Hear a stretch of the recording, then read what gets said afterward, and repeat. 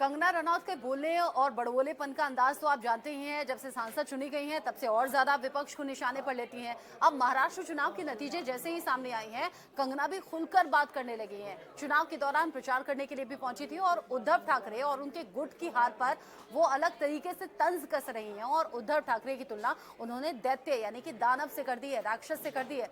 वो कह रही है दैत्य का ऐसा ही अंत होना था, सो हुआ है। 2020 की घटना आपको याद है, जब बीएमसी ने कार्रवाई की थी, बुलडोजर कंगना के बंगले और ऑफिस पर चल गया था। उस वक्त कंगना ने कहा था कि आपने मेरा ऑफिस और घर तोड़ा है ना, आपका गुरूर टूटेगा। फिर सरकार टूटी, तब फिर कंगना ने कहा कि जैसा आपने बोया वैसा आपने काटा, यानी कि जो किया वो आपके सामने आ गया। अब कंगना कह रही है उद्धव ठाकरे का तो यह हश्र होना ही था, दैत्यों का यही हश्र होता है।